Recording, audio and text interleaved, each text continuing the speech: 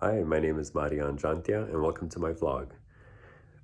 Today, I watched a video I was watching Garry Tan on YouTube, and then there was a Ryan Junee recommendation. I think it was Ryan Junee, Junee, and it was really nice. He was going through the startup process and breaking it down um, section by section, and apparently he was saying, okay.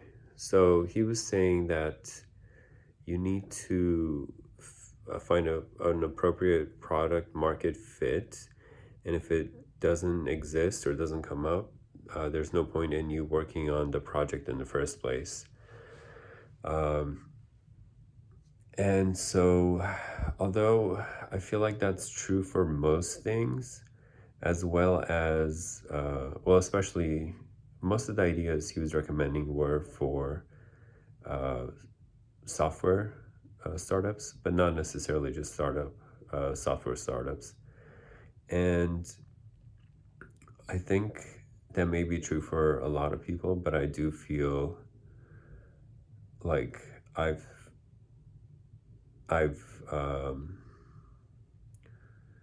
observed and studied enough segments of society to understand that my projector is something that people want and need and didn't even know they wanted or needed in order to get a one up in society, in life, not necessarily society, just in general. And as you can see, I trimmed most of my facial hair. I know I look hideous. I did a lot of cleaning today.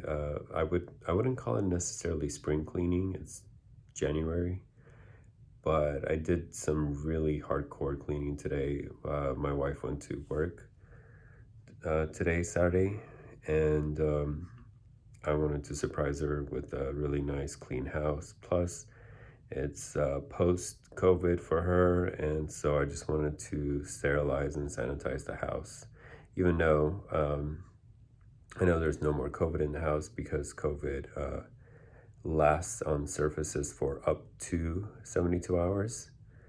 And so past 72 hours, it doesn't really, it's dead.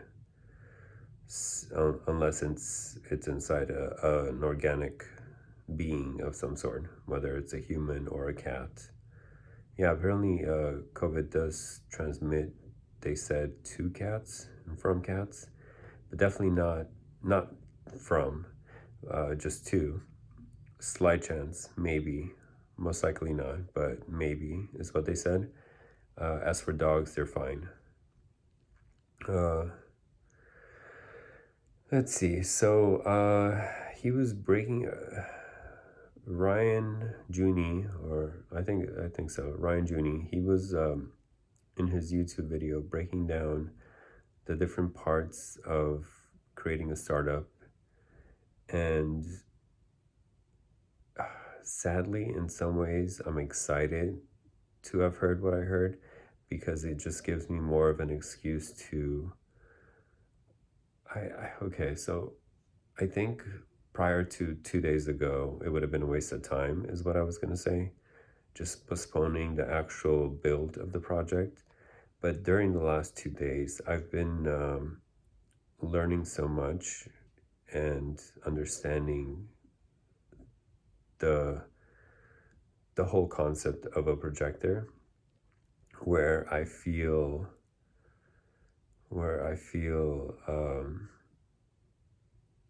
that it is important and I should actually learn, as long as I actually follow through and learn more about projectors in general versus kind of like half-assing it and just lollygagging around, wasting time.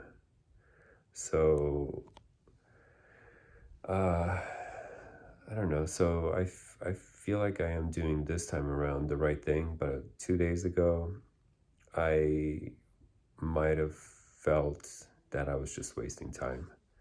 and that, oh, well, it's a good excuse. Good thing that Ryan Junee told me that it's okay to not focus on the build just yet. And so finally, I'm at a point where I do feel comfortable with it because I'm not lying to myself and I'm being truthful with myself. So we're there. In other news, SLS, which is NASA's next big rocket, supposedly taking Artemis out to outer space. It was um, it was doing a rocket test, booster test today, ignition test, and the test was supposed to take up to 8 minutes. So the rocket was basically horizontal.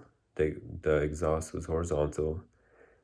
No, actually, this one isn't. Oh, I didn't even see the test. I just read the article or parts of an article. Anyway, so the SLS, it takes about 8 minutes of the engines running for it to go to the moon. It takes far less to go to Earth's orbit. And unfortunately, error after error, mistake after mistake, the rocket failed and they had to abort at a little over a minute into the launch.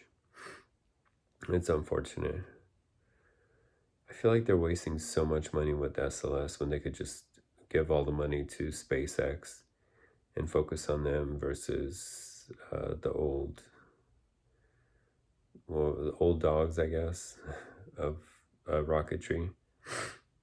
I love how they're private companies, but somehow they're part of the government industrial complex of sorts, and yet they work directly for the government in those situations, but not all situations. In other situations, they build airplanes for private entities. So it's a very interesting loophole that they have. I don't know if SpaceX is getting into that as well, or, like more government serious contracts or not. So, but still, I feel like they're still so much cheaper than no, I don't feel, I mean, it's a fact. They are far cheaper to launch with because of the reusability than any other company out there or government entity. So yeah, so there's that. And there's one other thing for today. Oh, so it's interesting because I think last time I checked, ARK Invest, ARK Invest, had within a very short period, they accrued up to like $25 billion in investors' money to run for them, to run. ARK Invest would run their money. Anyway, they are creating two new funds. One is a space one, which apparently they're going to focus on drones and flying cars as well as rockets. I'm curious what else. So everybody's really, really stoked about that new fund. And they're also waiting to see Tesla's new price point that ARK has for them because of, I'm assuming probably it'll still be because of autonomy. So everybody's kind of like holding off on that to wait and see when it happens, when the numbers get released. And oh, the ARK Invest Space Fund is going to be in the next 3 to 6 months, I think. All right, well, this is Marian, and good night.